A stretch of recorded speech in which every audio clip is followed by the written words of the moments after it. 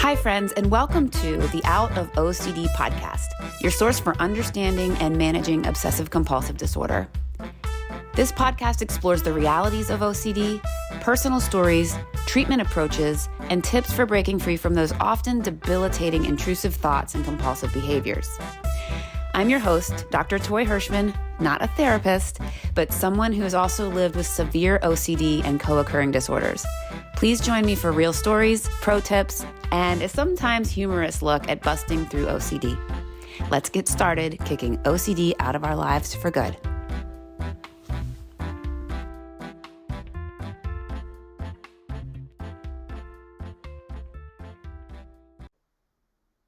Hi, friends. Welcome back. So today we're going to talk about what's going on inside the OCD brain. For those of you out there who think that people with OCD are just quirky and should just stop doing those weird things, I really want to dispel and debunk that myth.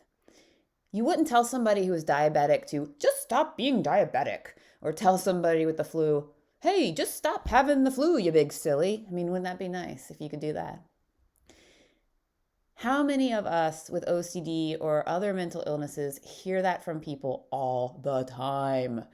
I have listened to it so often in my life, and I am a 46-year-old woman who only recently, at 42, got control over this OCD monster.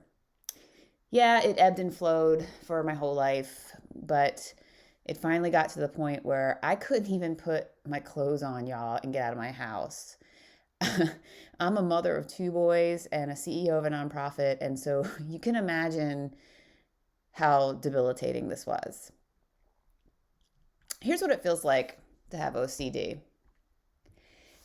It's kind of like you have a pesky gremlin whispering in your ear, telling you to do something over and over again.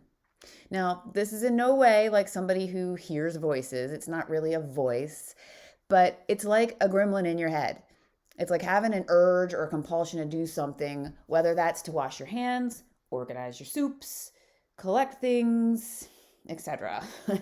For me, it was just moving through my day. I would try to get dressed, have a bad thought, have to start over, say a little prayer, do a little chant, have a better thought, and get my clothes on right. I mean, I could do this 20, 30 times. I mean, it was crazy. Then the same thing happened. Going down the stairs, have a bad thought, go back up the stairs, do it again. Try to make my kids breakfast, dump out the milk, start over. You get the picture. I eventually started calling it bing-bonging. So essentially, I would have to rewind whatever I was doing. Now, this may not be the case for you, but it was for me. Everyone with OCD has a different way that their OCD manifests. However, the horrible feeling is the same. What's going on here is that we all have a brain gremlin. I like to call mine Gloria. Personifying OCD can be very helpful because it helps you to step outside of it and see it for what it is. It's OCD. One time I even made a video of Gloria. It was, me, and I used some like snap camera or something to make my appearance look all weird. It was delicious. I'll have to post a link to it at some point. It's so funny. And it really did help. Like when I got to the point in my OCD treatment that I was able to make that video, I mean, it took me a while to get there. So don't just go running in and make a video of your OCD. But it was really funny and it was fun for me to make. Anyway, I always found in my journey that learning about brain chemistry and the science behind OCD really helped me understand and unravel why I was having these problems and to start to separate myself from these torturous thoughts. Imagine your brain is a busy control room, which it is, with different sections responsible for various functions. I'm not going to get into the weeds of what all of these parts of the brain mean, and you can look that up. I suggest go checking out Dr. Jeffrey Schwartz's Brain Lock book. It's a tried and true classic in OCD, and it really helps you piece the science apart if that's something that is helpful for you. It's helpful for me. So imagine your brain's a busy control room, right? So studies have shown that OCD is linked to imbalances in neurotransmitters, serotonin and dopamine, as well as abnormal activity in other brain regions, including, get these words right, y'all, the orbital frontal cortex, striatum, and thalamus. These areas these are the ones involved in decision making, habit forming, and filtering out irrelevant information. So clearly, we all have a problem with that one, right? Here's how this gremlin operates. So you get an intrusive thought. OCD starts by planting these random, unwanted, horribly torturous thoughts in your head. What if I left the stove on? What if I didn't lock the door properly? What if I accidentally said something offensive? These intrusive thoughts are just caused by this hyperactivity in the orbital frontal cortex part of your brain and striatum.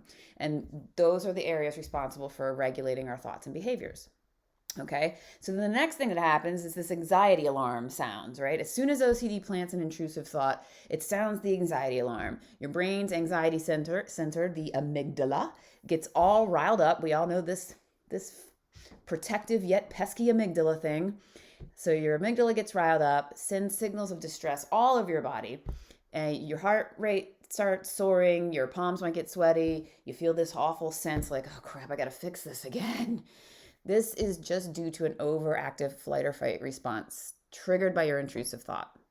Okay, we've all heard of this fight or flight response as part of our, primitive lizard brain.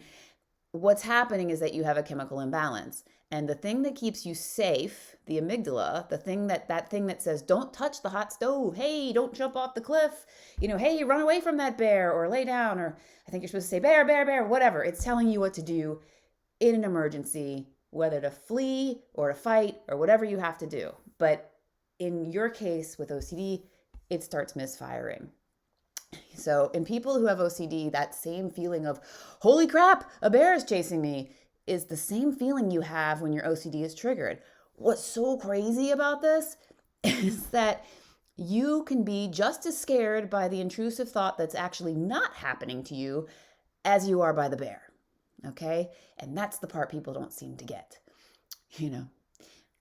Obviously, there's something wrong here. I'm not a stupid person.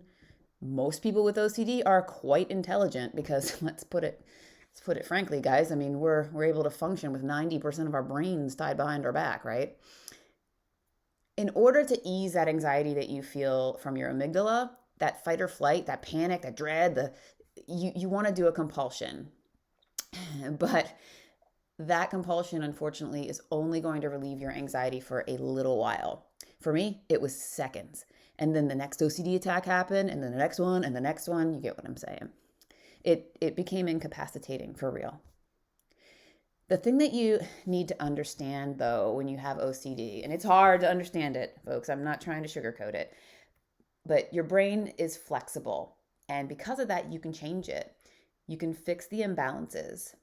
However, when you do a compulsion in answer to your OCD, you only make your OCD stronger. I'll say it again. Whenever you do a compulsion in an answer to your OCD, you only make your OCD stronger. Hard stop. What we resist persists, right? So if you're resisting your OCD thought by trying to compulse your way out of it, it's only going to get stronger and meaner and wiser. OCD will start doing some dastardly trickery, folks, just to up the ante. If it doesn't stop you with this way, it's going to stop you this other way. It is conniving. It's a conniving little gremlin is what it is.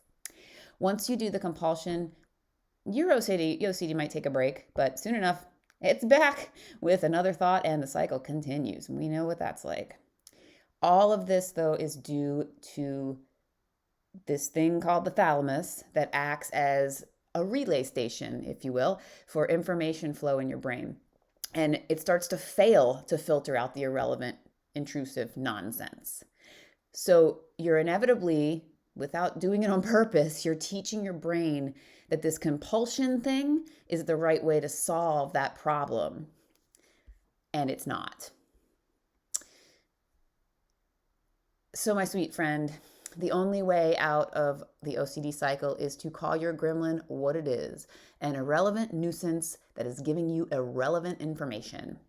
Imagine if someone you didn't know, never saw before, just some punk kid, drove by you right now and screamed out the window, "Hey, you big silly jerk!" You might be offended for a hot second, but you're quickly going to dismiss that as, what a weirdo, that's stupid, dork. It's irrelevant. It means nothing to you. You move on with your day. That's what you have to do with your OCD thoughts. And I know it's hard. I know it is.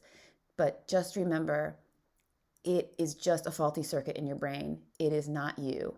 It's your OCD gremlin. Keep remembering that and keep working every day to get a little bit better. And you will.